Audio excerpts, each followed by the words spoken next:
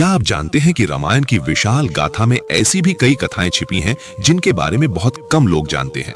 आज हम बात करेंगे उन 5 अनसुनी कहानियों की जो रामायण के युद्ध और पात्रों के प्रति आपका नजरिया बदल देंगी। पहली कहानी लक्ष्मण की नींद से जुड़ी है।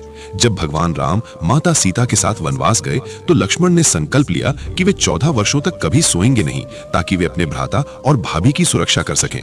इसके लिए उन्होंने निद्रा देवी की आराधना की और उनसे वरदान मांगा कि उनकी जगह उनकी पत्नी उर्मिला 14 वर्षों तक सोती रहे।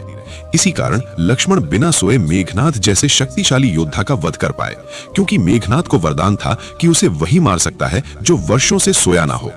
दूसरी कहानी गिलहरी के योगदान की है। जब वानर सेना समुद्र पर सेतु बना रही थी, तब एक छोटी सी गिलहरी अपने शरीर को रेत में भिगोकर पत्थरों के बीच डाल रही थी। वानरों ने उसका मजाक उड़ाया, लेकिन प्रभु राम ने उसे बड़े प्रेम से उठाया और उसकी पीठ पर अपनी उंगलियां फेरी।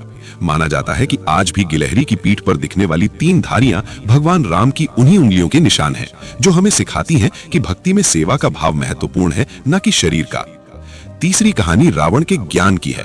जब रावण मृत्युशैया पर था, तब राम ने लक्ष्मण को उसके चरणों में बैठकर राजनीति और कूटनीति की शिक्षा लेने भेजा, क्योंकि रावण एक महान पंडित और विद्वान था। रावण ने लक्ष्मण को बताया कि शुभ कार्य में कभी देरी नहीं करनी चाहिए और शत्रु को कभी छोटा नहीं समझना चाहिए। ये दृश्य दिखाता है कि राम ने रावण के अहंकार का वध किया था, उसके ज्ञान का सम्मान किया था। चौथी कहानी हनुमान जी द्वारा लिखी गई रामायण की है।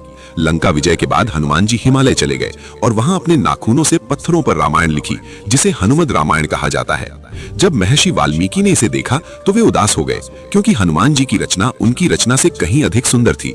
हनुमान जी ने वाल्मीकि की उदासी दूर करने के लिए अपनी लिखी रामायण को समुद्र में विसर्जित कर दिया, जो उनके परम त्याग को दर्शाता है। पांचवी कहानी भगवान राम के नाम की महिमा की है।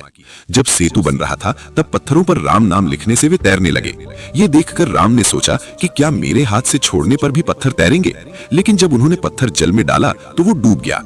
तब हनुमान जी ने मुस्कुराकर कहा कि प्रभु, जिसे आप अपने हाथ से त्याग देंगे वो तो डूबेगा ही, लेकिन जिसका सहारा आपका नाम होगा वो इस संसार रूपी सागर से तर जाएगा। ये कहानियां हमें रामायण के उस गहरे दर्शन से जोड़ती हैं, जो केवल युद्ध तक सीमित नहीं है, बल्कि त्याग, प्रेम और अटूट भक्ति की मिसाल पेश करती हैं।